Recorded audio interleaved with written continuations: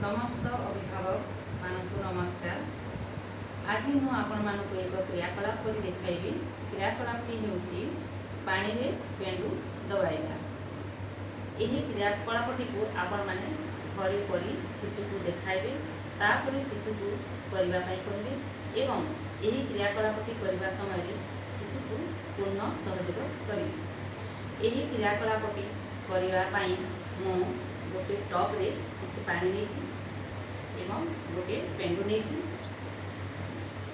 आपण माने मध्य एही क्रियाकलापटी करिवे एवं शिशु को देखाइबे। एही टप नेथिबा पानी रे मु ए पेंडु को दोछि, तापरे ए पेंडु को धरी मु पानी रे दबौछि। आपण माने मध्य एही भली करिवे एवं शिशु को देखाइबे।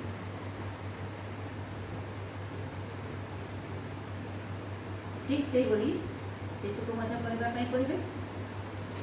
पेंडु को दबाइबा रो पेंडु पानी पर को उठी पड़छ।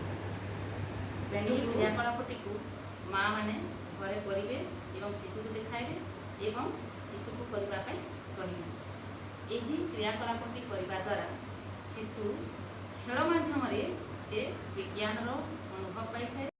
एही पेंडु भितरे वायु थिबारु यह हल्का अच्छी एवं यहाँ को पानी रे जिते दबाइले मध्य ताहा ऊपर को उठी आसुछि।